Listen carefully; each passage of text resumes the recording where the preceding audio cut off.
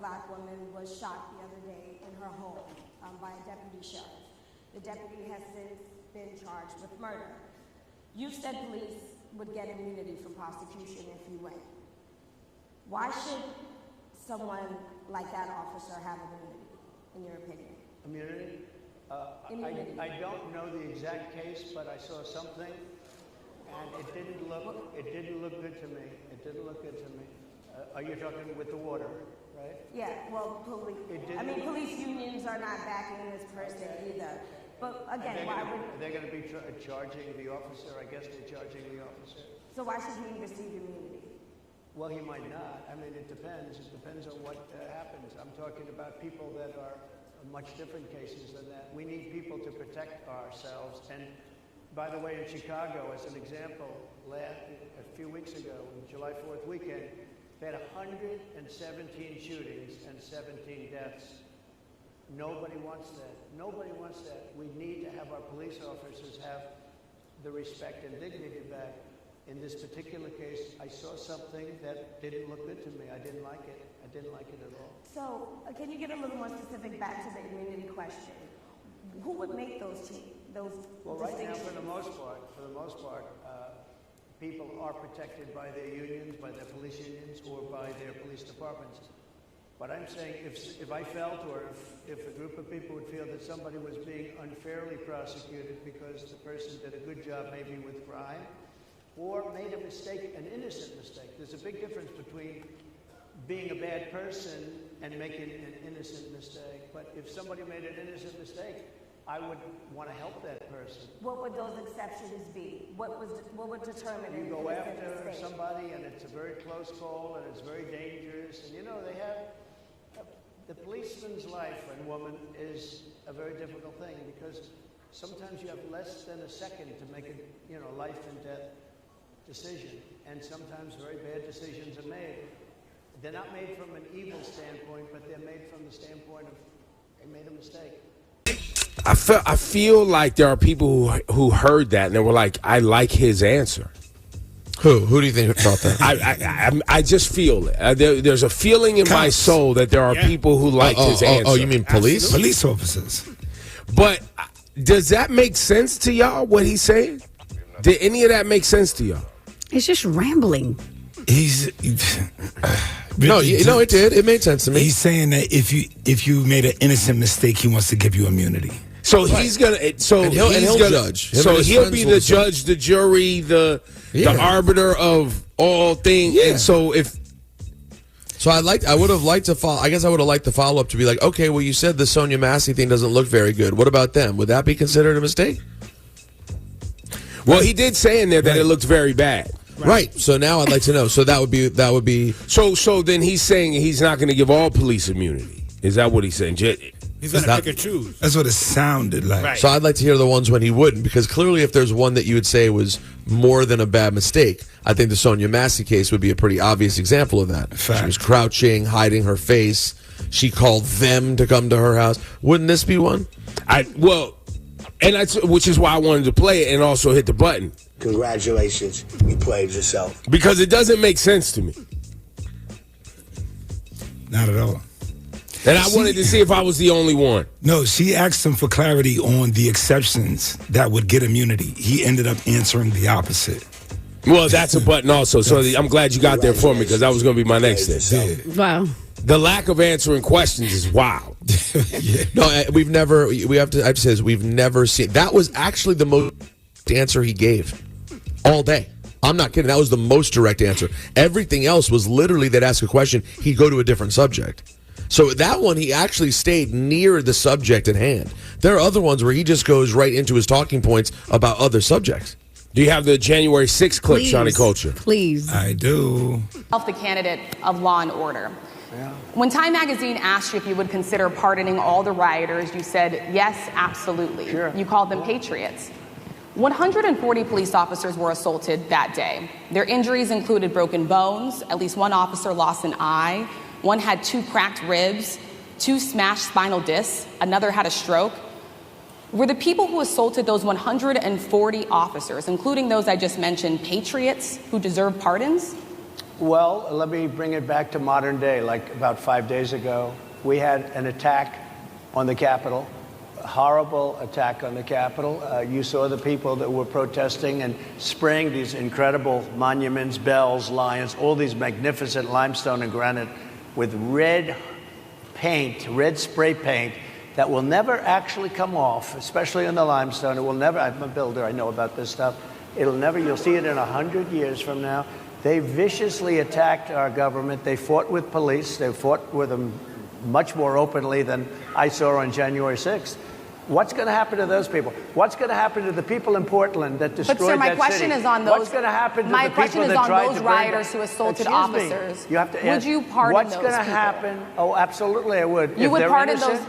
If they're innocent, I would pardon them. They've been convicted. And by the way, the Supreme Court just well, they were convicted by a very tough system. They were. How come the people that tried to burn down Minneapolis? How come the people that took over a large percentage of Seattle? How come nothing happened to them? How come the people? But sir, we're talking about people that were seen beating officers with flagpoles, dragging them down the stairs. They're on video. Have you seen that video, sir? Oh, really? Well, you would pardon those. You would pardon those rioters? They shot a young lady in the face who was protesting. They shot her in the face. You know, nobody died that day. You do know that. The lady woman died. And a police officer, I think, died the next day from after that. Hit the button. Sir, they were convicted. You played yourself. Well, by the way, I mean, that's the whole pardon means. That's what a pardon is. You've been convicted. He doesn't even know what a pardon is. But besides the point, if you look on the internet right now, the work that's being done by the bots, Trump supporters, to make this 30-minute interview look like it was a success is pretty remarkable. Congratulations. You played yourself. It's remarkable. And I just want to applaud the effort. Because there was great, I do want to say, you know, there was a lot of outrage around the National Association of Black Journalists inviting platforming somebody that's been mean to journalists, platforming somebody that's been mean specifically to black journalists, platforming somebody that doesn't tell the truth and doesn't answer questions and is a known racist. All of that was the energy going into this. But there was a piece of me, I think I said it on the air, that I think there's going to be some good learning here for journalists. Like, I know the NABJ is an advocacy group, and I know there's other ways to learn. But, you know, to have a former president and presidential candidate show up and people get to see on full display how hard it is to actually interview somebody who doesn't tell the truth and doesn't answer questions. And to be able to maintain composure, I think, is a good learning instance for young journalists. And I also think it was a congratulations, you played yourself for Trump's team who thought this was a good idea. No, I swear that the whoever suggested this to Trump is the same person who hit up Drake and was like, what you need is that Tupac AI. That's what you need. It's the same person, because how they thought that was going to go well, it is beyond me. And I listen, I think you're right. I think it was totally a learning experience for the people that were there. And also, once the dust settles, listen, if it had just been the woman from Fox News, disaster. But the fact that they had other voices there who honestly were going after him more aggressively and trying to keep him honest than basically more than anyone I've seen in a very long time, when the dust settles, I think it's going to end up being a big win for NABJ. I know it doesn't seem like that now. There are a lot of people who had never heard of the NABJ till yesterday. I think it will lead to them doing well, making money, gaining support, and the fact that they, you know, really did a good job attempting to keep that liar in place and keep him as honest as you could. I don't know. I thought they looked really good. And we should give props to Rachel Scott, man, because she came with direct questions, stuff that we wanted to hear about. Also, Kadia Goba. Now, I didn't expect much from Harris Faulkner. I just knew that she was just going to give him easy breezy questions. You know what I mean? Because she just had an interview with him, and she's clearly she's a friend. Yeah. Well, it also should be noted too. I think it's important. You know, when Trump sat down. You know, he, according to him, thought that Kamala was going to be there? And there were conversations around the NABJ having Kamala at a fireside chat. She had another engagement, so she couldn't be there live, and they wanted to do it virtual, and then the NABJ said we can't do that, and then they confirmed Trump, and then they were like, we can't do both at the same time. And so maybe that is true. But Trump, you won't even show up and debate Kamala. What makes you think, are we supposed to believe that you thought Kamala was going to be there in the same conversation with you, and this was, you guys were going to sit around and have an interview at the same time? That makes sense to y'all? Bro. Congratulations, you played yourself. And even the beginning, how it started late because he did not want live fact checking. And then blames it on the organization, saying that it was they couldn't get their equipment together. That alone to me, I'm like, oh, great beginning. Congratulations. We have 3 more full months of this. I don't know if I can do it.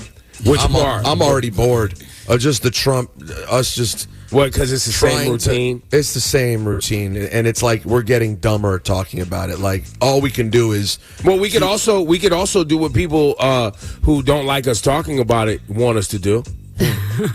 Not talk about it and act like it's not happening, act like everything's hunky-dory and just get up here and make jokes. I didn't say that either, but okay. I'm not going to lie to you, though. I am bored, though. Like, this man is boring. This act is boring. This whole thing is absurd. It's sitting to have to go through and watch smart people attempt to talk to this person is draining. But remember, you live in a society where this man was elected president. He is a former president. Well, that's why I think you have to say yes. That's why I think it's hard to say no to an interview. Like, how do you not take it seriously? And that's the congrats. That you have to take it serious. No, he is the Republican nominee. He is probably the favorite to win the White House. If you have an opportunity to grill him, particularly in front of an audience that he is attempting to court, I think it's almost your journalistic responsibility to say yes. Well, but that's the whole point of the NABJ, having him there. Look, I've been asked if we would have. I've been asked multiple times from people who think they could get Trump on our show if we would have Trump on our show, and I've said yes every time. Yeah, every time. It's if we're allowed to ask the questions we want to ask, why would you not want to talk to him? He'll play himself like he did yesterday. But that's what I'm saying. That's it'll be a congratulations. You played yourself to us. Because how do you say, to your point, you're bored, it's the same routine, da-da-da-da-da-da. If we got the request, we're saying yes too. Yeah. As long as they say that there's no rules around it. Right? And, yeah. And it seemed like yesterday they were allowed to ask whatever they wanted. Very, very clearly. So there's some people who feel that it's always a bad idea because he will never answer a question. So you're always like kind of capitulating to him in some sense.